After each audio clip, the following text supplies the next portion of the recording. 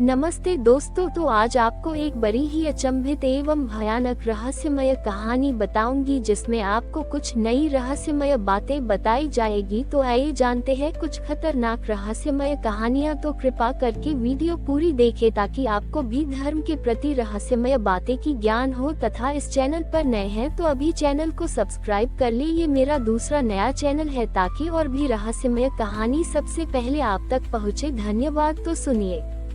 हिमालय की बर्फीली पर्वतमालाओं में कैलाश पर्वत की छाया में स्थित था एक अज्ञात ग्राम मौनगिरी। यहाँ वर्ष में केवल एक बार सूरज की पहली किरण पड़ती थी, महाशिवरात्रि की सुबह। बाकी समय ये गांव कुहासे और धुंध की चादर में लिपटा रहता।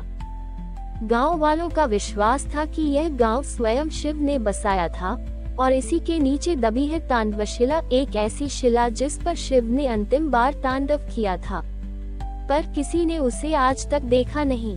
कहा जाता था कि जो भी उस शिला को देखेगा उसके भीतर काल जाग उठेगा। आचार्य वेद प्रकाश, जो अब 80 वर्ष के हो चुके थे, मौनगिरी के अंतिम ज्ञानी थे। वे नादवेद नामक एक गुप्त ग्रंथ की रक्षा कर रहे थे। वह ग्रंथ केवल महाशिवरात्रि की रात खुलता था और केवल उसी के लिए जिसे शिव का संकेत प्राप्त हो। इस बार एक अजनबी युवक अग्निवेश गांव में आया था। उसके गले में जली हुई रुद्राक्ष माला थी, आंखें लगातार लाल और गहरी, मानो उसने युगों का तप देखा हो। वह सीधा वेद प्रकाश के पास आया और कहा, मुझे तांडवशिला के नीचे की आवाजें सुनाई देती हैं। वेद प्रकाश हतप्रभ रह गए। क्या तुम्हें स्वप्न में किसी जटाजूटधारी ने त्रिनेत्र का संकेत दिया? हाँ, अग्निवेश बोला। उसने कहा, जिस दिन रक्त से रुद्राक्ष भीग जाए, तांडवशिला का द्वार खुल जाएगा।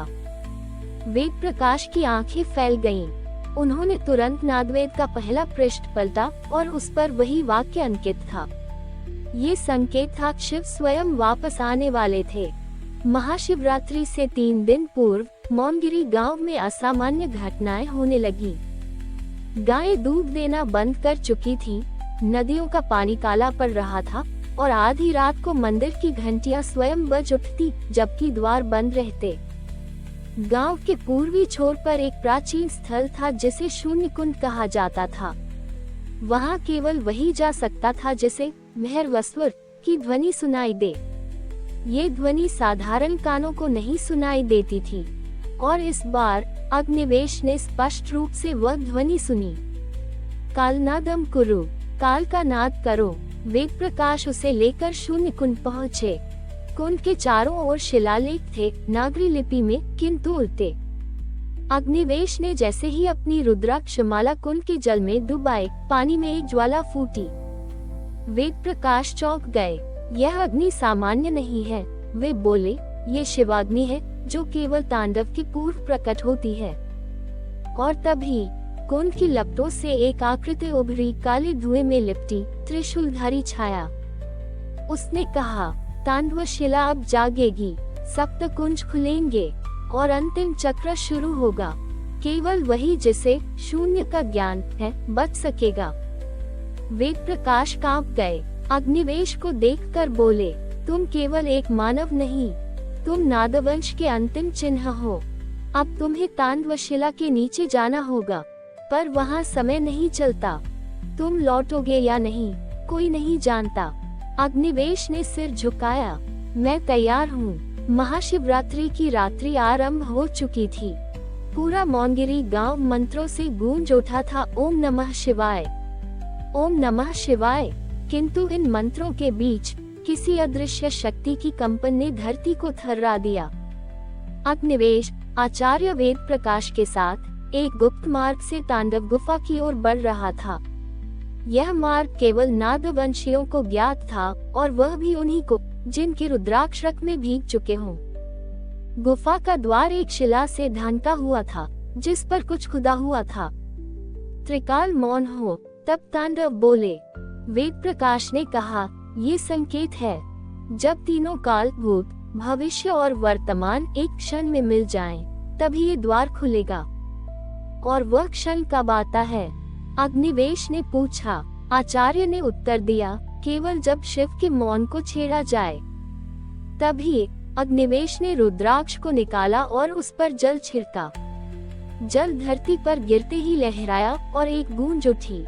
शिवोहम, शिला फटने लगी। प्रकाश की एक तीव्र रेखा उभरी और धीरे धीरे तांडव द्वार खुल गया। अंदर अंधकार नहीं था, बल्कि वहाँ चेतन आलोक था, मानो स्वयं ब्रह्मांड वहाँ साकार हो रहा हो। गुफा के भीतर 7 वृत्ताकार द्वार थे, जिन्हें सप्तकुंज कहा जाता था। हर कुंज के आगे एक प्रतीक बना था।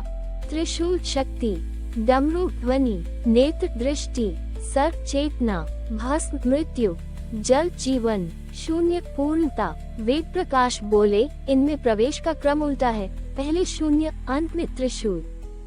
क्योंकि शिव की यात्रा उल्टी होती है, मृत्यु से जीवन की ओर, पूर्णता से प्रारंभ की ओर। अग्निवेश ने पहला कदम बढ़ाया शून्य कुंज की ओर। वहाँ केवल मौन था, इतना गहरा मौन कि उसके भीतर उसके विचार भी डूबने लगे। फिर एक वाक्य हवा में उभरा, जो शून्य को देख ले, उसे स्वयं से भी डर लगने लगेगा। और तभी अग्निवेश के भीतर कुछ टूट गया, एक स्मृति फूटी। उसे अपने पिछले जन्म की झलक मिली। वह स्वयं तांडवशिला के रक्षक था और उसने एक वचन लिया था कि वह तब लौटेगा जब शिव का मौन फिर से टूटा जाएगा। वेद प्रकाश उसे बाहर बुलाने ही वाले थे कि तभी पूरी गुफा हिल उठी। तांडवशिला के नीचे कुछ जाग चुका था। शून्य कुंज पार करने के बाद अग्निवेश जैसे किसी और ही अवस्था में पहुंच गया था। उसकी दृष्टि में अब अंधकार नहीं, अपितु भीतर की रोशनी थी। वेद प्रकाश उसे देखकर स्तब्ध थे। तुम्हारे नेत्रों में अब केवल बाहर की नहीं, भीतर की भी यात्रा का प्रकाश है। तुम अब सामान्य नहीं रहे। दूसरा द्वार था भस्म कुंज। ये कुंज मृत्यु का प्रतीक था और इसके आगे किसी भी जीवित प्राणी का प्रवेश निषिद्ध माना गया था। परंतु अग्निवेश नागवंश का प्रतीक था, उसके लिए यह निषेध शून्य था।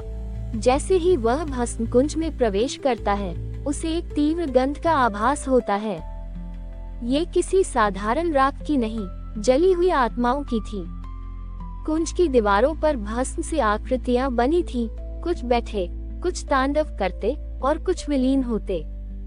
बीच में एक अग्निपिंड धधक रहा था और उसमें से एक अमर वाक्य गूंजा, मृत्यु ही अंतिम मुक्ति है, पर जिसे मृत्यु स्वयं अपनाए। अग्निवेश की देह कंपित हो उठी। उसे अचानक अपने शरीर से बाहर कुछ खींचता हुआ प्रतीत हुआ और एक छवि उभरी। वह एक युद्ध भूमि थी। हजारों साधु, तांत्रिक और ऋषि एक भयावह अस्त्र के सामने भस्म हो रहे थे। उनके बीच अग्निवेश खड़ा था, पर उसकी आंखें शांत थीं। वह अपनी मृत्यु को बुला रहा था। वेद प्रकाश गुफा के बाहर व्याकुल हो रहे थे। भीतर से ज्वाला उठी और फिर सब शांत हो गया। कई क्षण बाद अग्निवेश बाहर आया, पर अब उसका शरीर राख से ढका हुआ था। उसकी आंखों में अब मृत्यु का भय नहीं था, बल्कि मृत्यु की स्वीकृति थी। वेद प्रकाश बोले, तुमने मृत्यु के द्वार से लौटकर पुनर्जन्म लिया है। अब तुम्हारे आगे केवल चेतना के द्वार हैं, पर अब तुम अकेले नहीं। अग्निवेश ने पूछा, तो फिर कौन साथ है? आचार्य ने उत्तर दिया, अब शिव तुम्हारे भीतर है, और जो शिव को भीतर ले चलता है, उसे तांडव ही मार्ग दिखाता है। भस्म कुंज से बाहर निकलते ही गुफा की दीवारें कंपन करने लगी। वेद प्रकाश ने माथा टेका और बोले, अब शिव तुम्हारे भीतर बोलने लगे हैं। ये कंपन डमरू का आह्वान है। तीसरा द्वार डमरू कुंज तांडवशिला का सबसे जीवंत कुंज था। जहाँ बाकी कुंज मौन और गूढ़ थे, वहाँ डमरू कुंज में केवल ध्वनि थी। पर वह कोई साधारण ध्वनि नहीं, बल्कि ब्रह्मांडीय नाद था, जिससे सृष्टि की उत्पत्ति मानी जाती है। जैसे ही अग्निवेश ने डमरू कुंज में प्रवेश किया, एक भीषण गूंज उठी। धक धागा। उसके चारों ओर डमरू बजने लगे, गूंजती हुई ध्वनियां जो विचारों को भी चीर देती। वेद प्रकाश दूर खड़े थे, उनकी आंखें बंद थीं। ये नाद केवल सुनने के लिए नहीं होता, वे बोले, इसे भीतर उतरना पड़ता है, क्योंकि यही शिव का प्रथम शब्द है। अग्निवेश उस नाद को सुनते हुए धीरे धीरे भीतर चला गया और उसकी चेतना मानो समय की सीमाओं से मुक्त हो गई। उसे एक दृश्य दिखा, एक प्राचीन युग। शिव हिमालय की चोटी पर ध्यानस्थ हैं। चारों ओर केवल मौन है। तभी शिव ने आंखें खोली और एक डमरू बजाया और उससे उत्पन्न हुई भाषा, लिपि, संगीत और जीवन। अग्निवेश को समझ आया, डमरू केवल नाद नहीं, स्मृति का स्रोत है। उसी क्षण एक रहस्यमयी आकृति उसके सामने प्रकट हुई। एक वृद्ध रुद्रवेशधारी तपस्वी, उसके हाथ में भी डमरू था।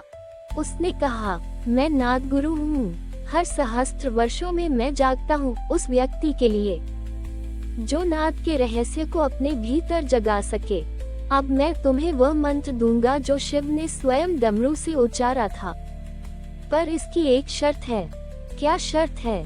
अग्निवेश ने पूछा। नाद गुरु ने उत्तर दिया, तुम्हें नेत्र कुंज में प्रवेश करना होगा और वहां स्वयं को देखने का साहस करना होगा, क्योंकि जब शिव नेत्र खोलते हैं तब संसार जलता है, पर जब मानव स्वयं पर दृष्टि डालता है तो उसका अहम जलता है। अग्निवेश ने बिना डरे उत्तर दिया, मैं तैयार हूँ। नाद गुरु मुस्कुराया। डमरू की ध्वनि शांत हुई और एक गुप्त बीज मंत्र अग्निवेश के कानों में गूंजा, जो केवल आत्मा ही सुन सकती थी। डमरू की ध्वनि अब भीतर समा चुकी थी। शिव का प्रथम नाद अब अग्निवेश की चेतना में स्थिर हो चुका था। वेद प्रकाश ने उसके मस्तक पर भस्म का तिलक किया और बोले, अब तुम अंतिम द्वार के सम्मुख हो। नेत्र कुंज जहाँ सत्य नग्न होता है और आत्मा से उसका साक्षात्कार होता है। नेत्र कुंज का द्वार साधारण नहीं था, वह आंखों के आकार में तराशा गया था। 2 विशाल पत्थरों से बना, जिन्हें शिव के तीसरे नेत्र के प्रतीक रूप में जाना जाता था।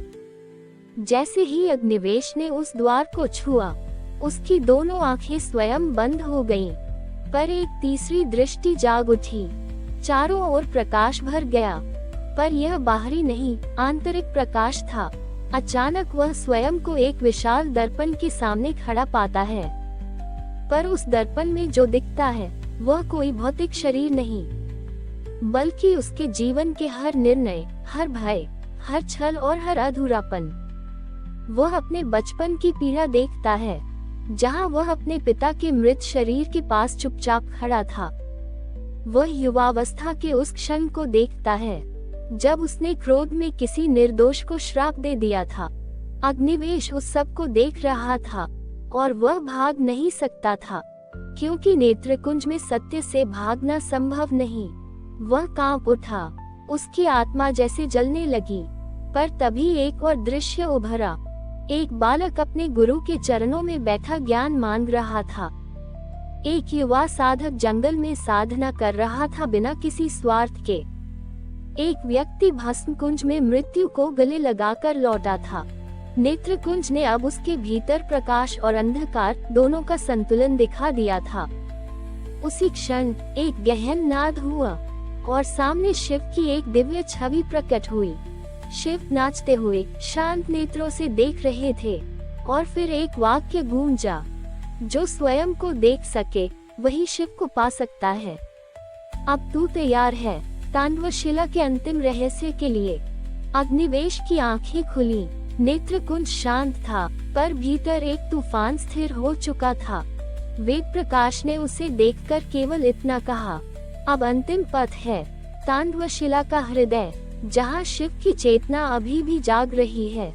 नेत्रकुंज के प्रकाश में अग्निवेश की आत्मा निखर चुकी थी। अब वह केवल एक साधक नहीं रहा, वह शिव पथ का चयनित रक्षक बन चुका था।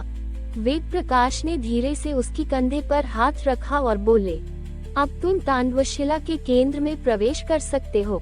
वहाँ शिव का अंतिम संकेत छिपा है, जिसे कोई मानव ने 1000 वर्षों से नहीं देखा। गुफा का अंतिम मार्ग संकरा और अंधकारपूर्ण था, पर अग्निवेश के भीतर अब किसी प्रकाश की आवश्यकता नहीं थी। उसके भीतर शिव का नाद गूंज रहा था। उसकी दृष्टि में अब भय नहीं, समर्पण था। जैसे ही वह अंतिम कक्ष में पहुंचा, एक शिला सामने थी, पर यह साधारण शिला नहीं थी। बल्कि पूरी गुफा उसी शिला के चारों ओर निर्मित थी। वेद प्रकाश वही द्वार पर रुक गए। अब आगे केवल तुम जा सकते हो, उन्होंने कहा। अग्निवेश अकेले बढ़ा। तांडव शिला के ठीक सामने शिला पर अद्भुत चित्र बने थे। तांडव करते शिव, गिरती हुई सृष्टि और उठती हुई चेतना। जैसे ही उसने शिला को स्पर्श किया, उसके भीतर से एक ऊर्जा की लहर निकली। उसने अग्निवेश को अपने भीतर खींच लिया और वह किसी अन्य आकाशिक लोक में पहुंच गया। वहां कोई भौतिक वस्तु नहीं थी, न धरती, न आकाश, न दिशाएं, केवल चेतना थी। और उस चेतना के केंद्र में शिव की आंखें बंद थीं, पर उनकी ऊर्जा जागृत थी। तभी एक वाणी गूंजती है, तारांकन। शिव वह नहीं जो दिखाई दे, शिव वह है जो सब कुछ मिटाकर भी बचा रह जाए। शिव वह मौन है जो तांडव करता है, और वह तांडव है जो मौन में विलीन हो जाता है। तांडव शिला ने अग्निवेश को अपने गुप्त काल स्मृति में ले लिया।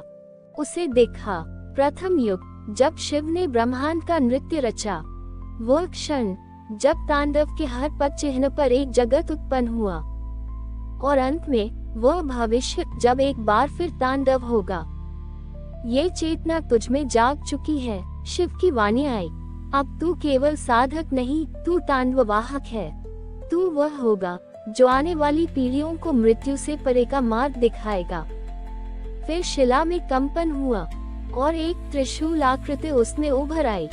वेद प्रकाश दौड़कर भीतर आए। उन्होंने वह चिन्ह देखा और झुक गए। तांडव शिला जाग चुकी है और इसका रक्षक लौट आया है। तांडव शिला अब निस्तब्ध नहीं थी, वह धड़क रही थी जैसे किसी जीवित हृदय की गति। उसके मध्य प्रकट हुआ था त्रिशूल वाक्य, एक चमकता हुआ चिन्ह जिसके 3 शिखर समय के 3 आयामों की ओर संकेत करते थे। भूत, वर्तमान, भविष्य। अग्निवेश उस वाक्य के समीप पहुंचा, और जैसे ही उसने उसे स्पर्श किया, उसके भीतर एक तीव्र कंपन फैल गया। उसके हृदय की गति रुक गई और उसने स्वयं को एक अजीब शून्य में पाया, जहां मृत्यु भी मौन थी। शिव की वाणी वहां गूंजी, त्रिशूल वाक्य मृत्यु का उत्तर नहीं, मृत्यु से परे जागरण है। जो इस वाक्य को समझे वह मृत्यु को भी पथ बना सकता है, बाधा नहीं। अग्निवेश को दिखा, उसकी आत्मा एक त्रिशूल के 3 शिखरों पर यात्रा कर रही है। भूत, जहां उसके जन्म के पूर्वज, कर्म और संस्कार उसे आकृत कर रहे थे। उसने देखा उसका जन्म एक योगी की प्रतिज्ञा से जुड़ा था। वर्तमान, जहां उसका संघर्ष, उसका भय और उसकी साधना उसे आकार दे रही थी। उसने जाना वह केवल अपना जीवन नहीं, एक शिव मार्ग निभा रहा था। भविष्य, जहां एक और युद्ध आने वाला था, शिव की स्मृति और मृत्यु के अज्ञान के बीच। वह समझ गया, त्रिशूल वाक्य कोई मंत्र नहीं, बल्कि एक जीवित उत्तर है। जो मृत्यु को जान ले, वह जीवन को दूसरों के लिए दीप बना सकता है। अब जब उसकी चेतना लौटी, तो वह न अकेला था, न साधारण। तांडव शिला के चारों ओर हजारों शिव दीप प्रकट हो गए, जिनमें प्रत्येक में एक आत्मा की ज्योति थी, जो कभी इस मार्ग पर चली थी। वेद प्रकाश ने आगे बढ़कर उसे कहा, अब समय है त्रिशूल वाक्य को उस स्थान तक पहुंचाने का, जहां मानवता मृत्यु से भय खाती है। उन्हें बताना है कि शिव ने उन्हें मरण नहीं, मोक्ष का द्वार दिया है। अग्निवेश ने पीछे मुड़कर तांडव शिला को देखा और फिर शांत भाव से बाहर निकल गया। अब वह एक साधक नहीं था, अब वह मृत्यु पथ का रक्षक था। हमारी और भी आध्यात्मिक एवं अनोखी कहानियाँ देखने के लिए हमारे चैनल पर जाएं तथा धार्मिक एवं पौराणिक और भी रोचक भरी कहानियाँ हमारे चैनल पर है। कृपया जाके देखें तथा हमारे चैनल को सब्सक्राइब करके रखें तथा वीडियो अच्छा लगे तो लाइक जरूर करें। धन्यवाद।